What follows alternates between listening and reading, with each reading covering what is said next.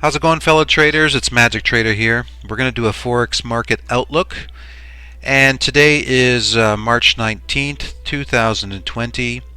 A lot has been taking place in these markets.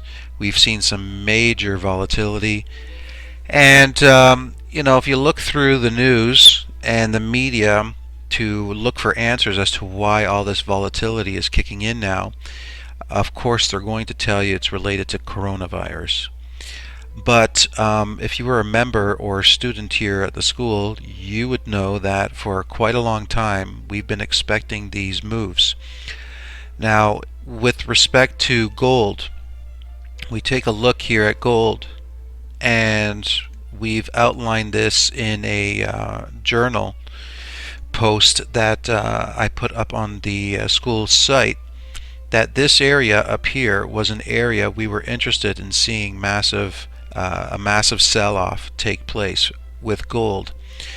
So, leading up into this area, if you were following Twitter or the media, you'd hear a lot of talk about gold coming up like this. And meanwhile, we've been looking at the latest data being supplied to us by the CFTC, and what we could clearly see in that data was that the institutions were very over leveraged with long positions on gold. Okay, they were reaching all-time high positions. So in other words, they've never had so many long positions in gold like they did when price was up here at these highs. So if you study charts long enough, you study the COT reports long enough, you'll see a certain pattern that unfolds consistently, where the institutions get to a point where they're over their max size or reaching max size, and then what happens is they take profits and then price drops. So this is not anything new. This is something that happens over and over again, and it's repeatable. You see it over and over, and they repeat the same cycle all the time. So how did we know that it was going to happen up in this area? Well, because of the supply and demand on the charts that we mapped out. So now we are seeing that big drop in price down to here. Okay? And so now we have price sitting inside a institutional demand zone. So what is next? Okay. Well, if you take a look at the 6-month chart of gold, you could say we are in an uptrend. Okay, because price was moving on up, and it so far has not taken out any considerable demand. In fact, we could just draw this trend line like this, okay, to be a little bit more clear. We have an ascending trend line. Demand was formed, and we still have that ascending trend line holding, and demand is lower on the charts. So in essence, 6-month chart is uptrending. Now when you take a look at the 3-month chart, we have a different dynamic playing out here. Price was uptrending, and then it went into consolidation, into ranging, and now we have an uptrend on the 3-month chart. So looking at this, we are seeing a move like this to the downside. Now, if that 6-month chart is in an uptrend, there's a very good chance that we could see price stall out and move higher. But we're waiting to see whether or not that is going to take place, and there's certain things that we are going to watch for on the charts to see if that indeed takes place. Okay, so if momentum starts to build to the upside on the daily chart here, then the dynamics might start to shift, but it's unlikely that is going to take place. Okay, so as you can see, with these volatile markets, there was a lot of big volatility spikes like this taking place. And we have to know how to read price action to locate the specific institutional zones. So that is what the daily chart looks like. So we're watching the monthly chart right now to see whether or not this zone is going to hold. I think there's a likelihood that it could hold if this area gets taken out. If we see price action like that, we could see a potential move higher from this area. But if price comes here and holds this area, it'll likely take this out, and then we'll see price drop down to the 1340 area. Alright, so gold is playing out as we have been expecting it to. Nothing really surprising when it comes to that. Alright, so now we take a look at oil. Oil is a very interesting one. Okay, we've seen a big drop in oil, and here's the reason why. Okay, so 6-month chart was downtrending. Okay, price responded here, came up and tested that 6-month trend line to the downside. Now, as price hit that 6-month trend line, that was this area up here on the monthly chart. Okay, right here. So price hits the trend line, creates a supply, and now we see the push to the downside. Now if you take a look at just the 6-month chart, you'll see that we just removed a very important area of demand here, with room for price to drop further to the next demand here.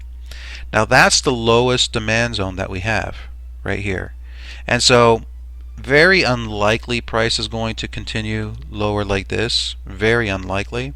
So if we're going to get a bounce, which is most likely what's going to take place, it's going to be within this area here. But here's the deal. Understanding market dynamics and how supply and demand works on the charts.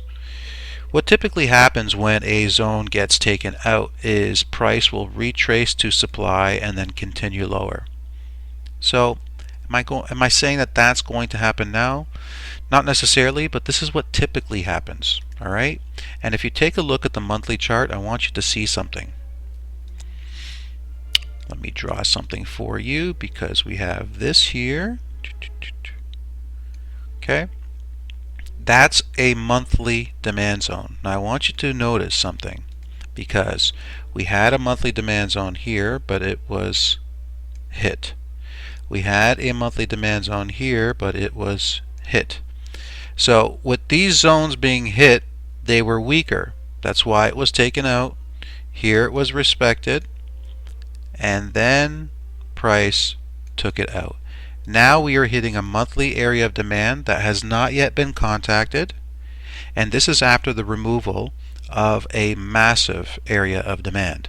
So we're watching this area because we could see a momentum start to build and then a push upwards. Okay, so we're watching that. If that does take place, then we will be looking to get in short at these highs and then ride price to the downside to these lower areas.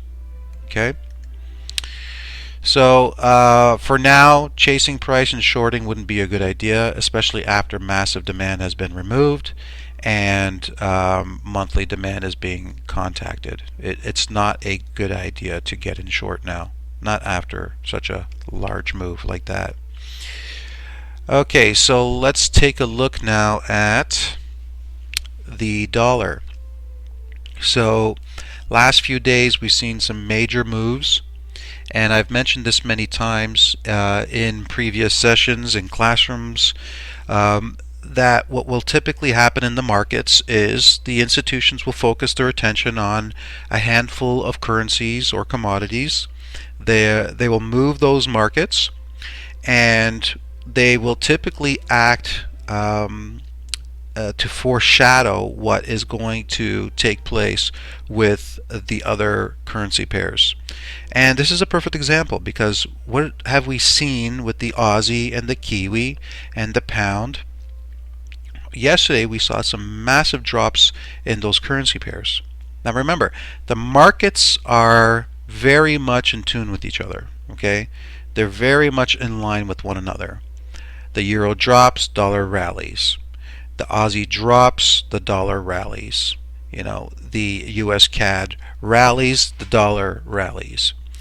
So if you see the Aussie dropping, Kiwi dropping, pound dropping, it will typically mean that the euro will be next, that the dollar will be next, and so this is what's happening. Okay, this is a perfect example of what I was talking about. All these massive moves in the other currencies, and then today, the rally picks up on the dollar, and when you take a look at the euro, you'll see the euro is dropping. Okay, so a perfect example of that. So what do we have here with the dollar? Now, we've been talking about the dollar for quite some time, and we were expecting a push to the upside, which is exactly what is taking place now. Now remember, we were talking about the dollar being strong last year. All right, we're in March. But if you take a look at what the news outlets are reporting, they are telling you that the dollar is rallying because of, well, just one of the reasons why, again, coronavirus, all right, and the drop in the interest rates, and the need for the US dollar. So there's a lot of different explanations. I've always mentioned this, that whatever happens in the markets, the news media is there to step in and say, well, here's the reason why. All right, and they do their very best to make it make sense. And that's the problem with how the markets are and how society works, because to be a successful trader, if you were just relying on the information provided by the media, you would never really understand why the markets are moving the way that they are, because you'd always think that it's completely under the control of real events that are taking place in our society, and it really isn't like that. It really isn't like that. The dollar's not rallying out of nowhere because of the local events or the worldwide events that are taking place right now. That's not the reasons why. And we know this for a fact because last year we were talking about the dollar rallying up and coming up like this. Why did we know that? Last year we didn't know anything about coronavirus. Last year we didn't know that the Fed was going to drop interest rates. None of this information was made available to us. We didn't know that such a thing existed. So how did we know that the dollar was going to rally? Well, we knew the dollar was going to rally because if you study what the institutions are doing with a specific currency, and you understand the market dynamics, the formations that get created on the charts, then you'd understand, the forces that come into play and how those forces will dictate where price will go. Okay? And so, understanding the market dynamics of the dollar, we knew that price was going to eventually rally even higher. All right? So, you got to hand it over to the central bankers, because they've created a system that really works for them. I mean, the last thing they want is for traders to know that there is a way to determine what price is going to do by understanding how they manipulate the markets, how they push price from one area to the next area, and how it's very much controlled and dictated by the forces that come into play. Those forces being the buying and the selling that they produce in the markets. So the last thing they want is for us to know that. Because if you knew that, then you'd be able to get in on a trade as they are getting in on the trade. And that's the last thing they want. They want you to be confused, to not understand how the price moves, and most importantly, they want you to think that the markets move based on what is taking place in the world right now.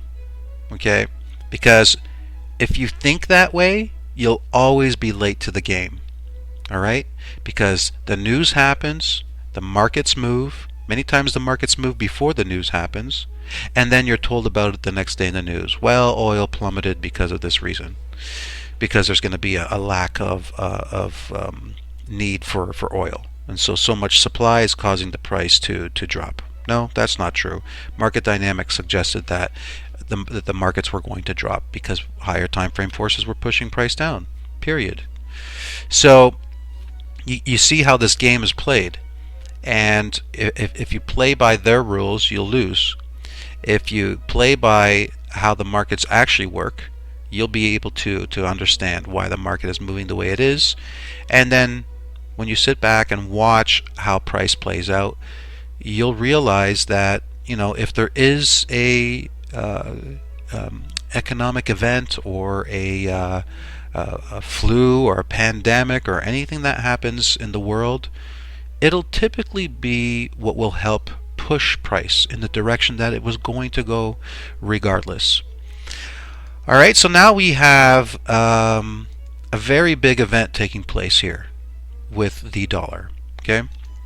Because we have this area, this institutional area of selling, which was used to push price back into this area here, and now it is breaking, okay?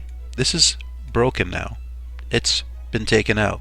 So an area where the institutions were holding price down has now been removed. It's like a blockade. Once you remove the blockade, then it's clear sailing, and we have a clear path to the 106s. So over time, I am expecting price to eventually rally up to that 106 area. Alright, and then from there, probably a slight move to the downside. Over time, even higher. Okay? So know that that is what the market dynamics are suggesting will take place, is a move up here. And then as it makes that move, watch the news and see what the explanations are for why the dollar is going from here to here.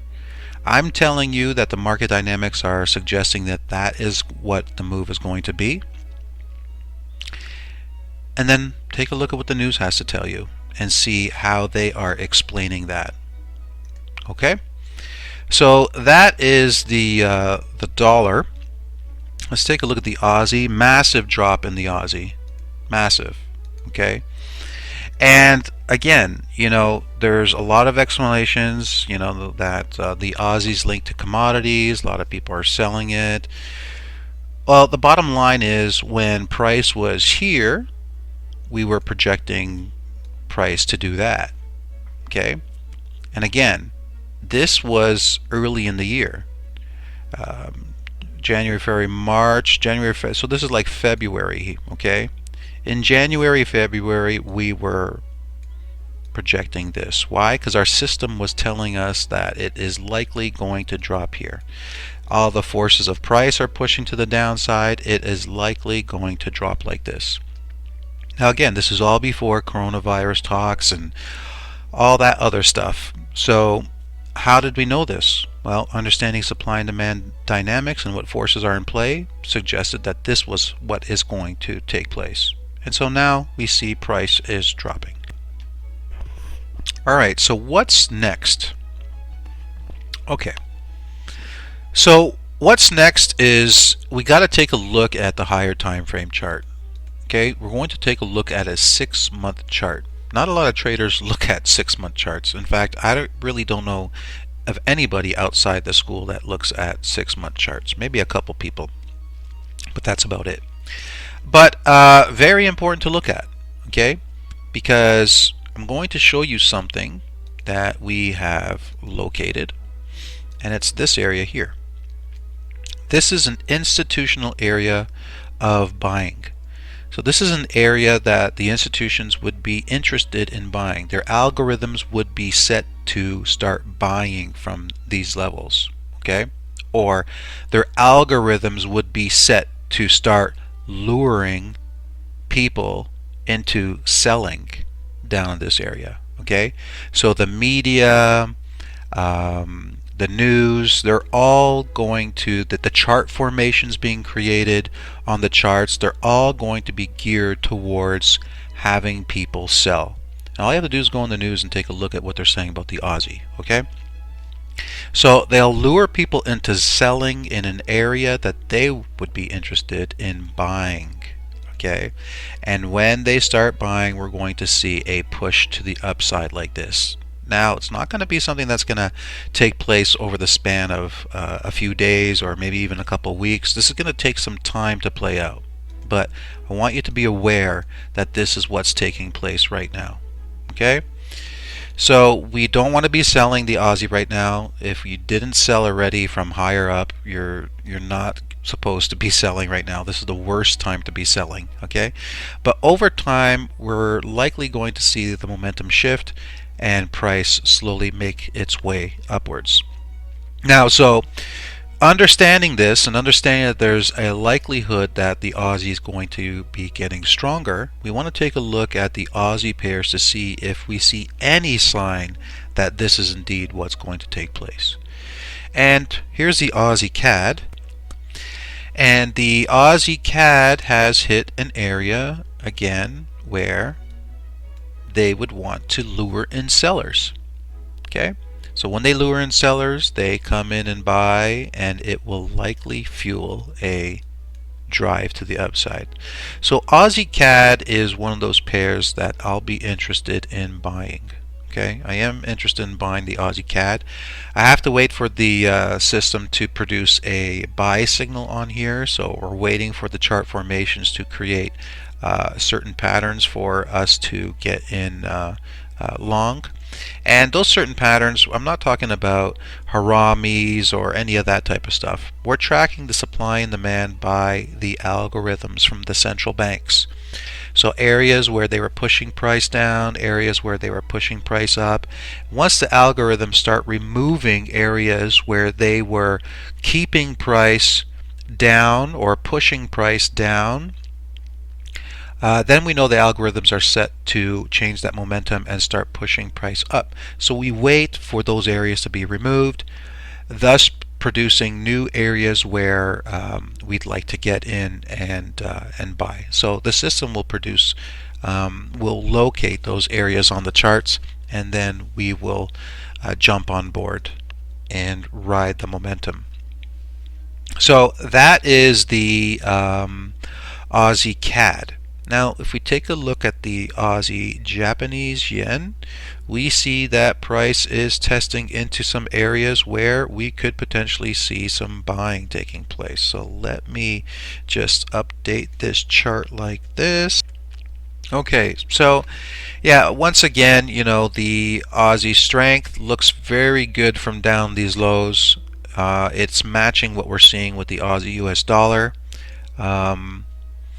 Aussie strength, and we are expecting weakness to continue with the yen. So this could play out very well to the upside. Next, we got the Aussie Kiwi. This one is not a really good one because both Aussie and Kiwi are weak. When both currencies are weak at the same time, it doesn't do well for trading. Okay, and I want you to see something here on the higher time frame charts. Price just broke out to all-time lows. When we're dealing with all-time lows or all-time highs, we can get a lot of fake outs. So I wouldn't want to touch this chart because of that reason as well. So we'll move on to the Canadian dollar, Japanese yen. This one also is not the greatest because we're expecting both weakness in the Canadian dollar and the yen. And we have an area that's been hit multiple times. And so when you have an area hit multiple times, it becomes less and less predictable to understand how price will react from those areas. So I'd much rather just stay away from currency pairs like that. Alright, so here we have the Euro US dollar. Now we've been expecting more downside from the Euro US dollar for quite some time. Again, this has nothing to do with what is taking place in the world. Absolutely nothing. I know the media would love to make you think that, but the fact is it's not true. And you'd only have to be a member or student of our school for a certain period of time, not even long, to understand that we were watching this area here and expecting a move to the downside to be created from here. The only problem is that we got that massive spike. Instead of the proper formation of candles that we are always looking for, we got that massive spike, which pretty much didn't create the short signal that we wanted, and we're looking to take advantage of. So it's a very messy chart when you look at the weekly here. You see the big spike into the monthly area of supply, and then now we are taking price lower. So it's too bad that it happened like this, because if price was well structured all the way up, we would have likely had a nice trade signal located on the charts. But that's okay, we're still waiting for that trade signal because we are expecting more downside to come with the euro. Alright, so with more downside to come with the euro, you'd expect a weak euro. Okay, so this is Euro Aussie. Now, what was it that we were saying? A weak euro and a strong Aussie? Alright, so take a look here at this chart. This is a 3-month chart of the Euro Aussie. Now, if we see proof on the charts that the euro is going to get weaker, and we see proof on the charts that the Australian dollar is going to get stronger, what does that do for the Euro Aussie pair? It would suggest a move lower. Interesting. Isn't it interesting that we're entering an area where the algorithms are going to lure traders into buying the Euro Aussie? Buying the Euro Aussie right at a point where the institutions and the algorithms would be interested in selling the Euro Aussie. Especially with Euro weakness and Aussie strength, this is exactly what will fuel this pair to the downside. So watch for that, because this is likely what's going to take place. Big spike already down. Okay, this is a massive move for the Euro Aussie. Massive move up, and now we're starting to see the bearish pressure to the downside. So this one can produce some really nice short trade signals. Okay, we had demand formed here, price rallied, dropped, and then continued higher. All right, so short signals on the Euro Aussie is something that I'm going to be looking. All right, so I'll wait patiently and then wait to see how the algorithms push price on the charts, and then once they start removing areas where they were buying, then some short signals will be produced. Okay, Euro CAD.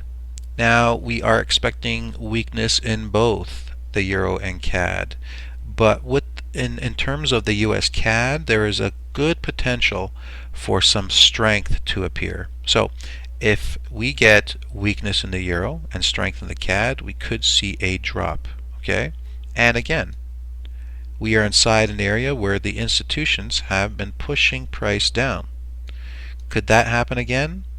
Potentially. At least we're seeing the evidence here on the chart that supports a weak euro and a strong CAD. And that's important, because when we get to the US CAD, I'm going to point out to you why this is important for us to know. Now, the euro pound, let's take a look here. Euro pound came down into an area where the institutions wanted to buy, and that's what's been taking place. Big push to the upside. Other than that, I don't really like this chart too much. We could see price stall out here and then push and then eventually do that. Okay, but we're staying out of that pair. Euro yen, both euro and yen weak. You know, this chart is not the type of chart you want to trade when price is doing nothing for months. Sideways action, sideways action. It's not a good chart, so I'd like to just move past that. Okay, so euro kiwi. Now, With respect to the euro kiwi, we're expecting some weakness in the euro, but the kiwi has also been weak. We'll have to take a look at the kiwi dollar to see what forces are in play and what path price is taking to have a better indication of what is likely going to take place with this one. But we just broke through some major areas where the algorithms were holding price down, which opens up a path for a move higher. So that could entail a stronger euro or a weaker kiwi. So we'll take a look at the kiwi dollar and see what it suggests is likely going to take place. Pound, weakness, very, very strong weakness over the last month. And so major demand has been removed, and we have trends to the downside. At the end of the day, we do still have an area of demand still in play. So we could see a reversal to the upside, and we can also see more downside.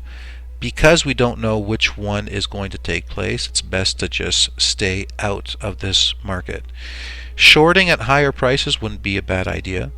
You're waiting for a price to rally up and then shorting. That wouldn't be such a bad idea, because when we have such larger time frame areas of demand in play, moves like this are likely to take place. Okay? So for a better indication of what can take place with the pound, we look at the other pairs. Now, what do we say with the Aussie? Likely we're going to get some strength, right? Okay. So if we take a look at this chart, the pound Aussie, what do we see? We see an area where the algorithms would like to lure traders into buying. And when retail traders come in and buy, they come in and sell and push price down. So that would mean a weaker pound and a strong Aussie. So that fits what we're seeing, right? Because we took a look at the Aussie US dollar and we saw how the charts are dictating and leading us to expect strength from the Aussie. So that makes sense. Now we looked at the pound. Was it weak? Yes. Has it been going down? Yes. Is higher time frame demand still in play? Yes. Does that mean that it can't be taken out? No. It can be taken out. So we don't know 100%, but we do know that the likelihood is there. And we also know that there's a very strong likelihood that the Aussie is going to get stronger. So downside from here is likely. And this is one of those pairs that I'll be watching for short signals. Okay? So we are watching for short signals in the community. Within the school, we'll be waiting for those, and when they get produced, we'll take advantage of any move to the downside. Pound CAD, this one's a tougher one. I think short term we might get some weakness, but this chart is a lot more difficult to read because there's not much taking place. So we'll just skip through it. Okay, so we have the pound yen. Again, not an ideal chart. Yes, we have demand in play, but we don't have the proper forces, the trends that will dictate price. We take a look at the monthly chart and we can see that demand has just been removed, which is good, which leads us to expect more downside to come. But at the same time, we still have bigger time frame areas where price has been held still in contact. So weaker pound, we don't know for sure. We looked at some of the pound pairs and we can see that there's evidence to suggest that we'll get weaker pound, but we're also expecting weaker yen. We don't want to trade two pairs that are going to be weak at the same time, so it's best that we just move on. Same thing with this one. We'll have to look at the kiwi again, just like when we were looking at the euro kiwi. We got to look at more evidence on the kiwi dollar chart to see what is likely going to take place with this one. But this type of price action, congested, this is not good to trade. So I'd much rather just pass right through it and not spend any time on it. Okay, so now we get to the kiwi. So the first thing we got to look at here is this. We look at the 3-month chart, and what do we see? We see price dropping into an area that will likely be an area where the institutions, the media, central bankers, algorithms will lure retail traders into selling. Okay? Now there's been a lot of news about the currencies linked to commodities and how weakness is to be expected and more weakness is to be expected. So, retail traders reading the news will be inclined to want to sell short. And so this is an area where they will likely be caught selling short. The institutions will be happy to fill in those orders with buy orders, which will help to fuel a push to the upside. Now, it's not to say that this can't be taken out and price head even lower, because taking a look at the 6-month chart, the dynamics are there to suggest a push lower. So it's very possible that we see even more downside. Okay? So remember what I was saying about the Euro Kiwi. Euro weakness, if potential Kiwi weakness is there, then would we want to trade the Euro Kiwi? Would that be a good trade to take? Not so much, right? And so this area has just been taken out, clearing a path to the upside. So you see how when you look at the Euro Kiwi, it's not even really suggesting a move to the downside at this point. So it's best that we just move on from that. So the point I'm making is we go with what the market is telling us. We go with what is strong evidence. We look at the market correlations to see what is supporting what we are finding and what is not being supported. And whatever is not being supported, stay away. And whatever is being supported, you stick with that. Okay? So remember with oil, I want you to pay attention with what we are seeing with oil. What happened with oil? We had big areas where the institutions were holding price up being removed. Okay? And now this area that was holding price down is being removed. What was happening with oil? A monthly area of demand was being hit that had not been contacted before. In this case, this area has been contacted right here very quickly, and we saw a big push to the downside. Now we are contacting that area again. So we could see a reversal down like this. All right, this is a very big move to the upside. So it will lure a lot of people into buying late in the game, and they will typically buy late into the game exactly at the areas where the algorithms will want to facilitate those wonderful buying orders with some selling orders and flood the market with supply, which will cause a push to the downside. So you take a look at oil, you take a look at the US CAD, and there's a very strong correlation between the two, especially when mapping out the institutional buy and selling areas and looking at the dynamics of the charts. There's a very strong chance that we see downside begin to form on the charts. So that's what we're going to be watching for. Okay, there'll likely be some really good trade signals coming from this one soon. Potential shorter term trades to the downside, but longer term trades back to the upside, because we still have room for price to move up. Just like with oil, you look at the chart on oil, there's still room for it to drop. So there's still room for this one to continue going higher as well. Okay, so be aware of that. US Swiss franc, messy chart. I don't like it. Lots of volatility creating very big spikes. Not good. Likely we go up just because of the dollar strength, but I don't like it in terms of locating areas to buy. US dollar Japanese yen, upside, demand holding, big spikes again, not great for trading.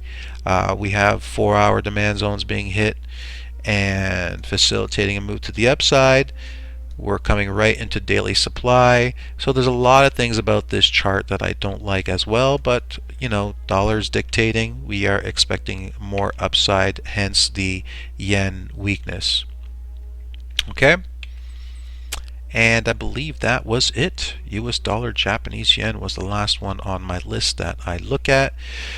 And that's about it. Hopefully this was helpful for you, engaging what is taking place with the markets right now. Hopefully you won't be lured into taking any trades on the wrong side of the markets. I'm making this session available to the public, not just students of the university, but I think with all the events taking place in the world, a lot of people are being affected, and this is just our way of hopefully helping those that are trading the markets to not be affected in a negative way by being lured into taking trades that will cost them money and affect their portfolios in a negative way. So hopefully this is helpful for you, and I wish you all the best for you and your family. Stay well, stay healthy, and we'll talk to you later. Have a good one.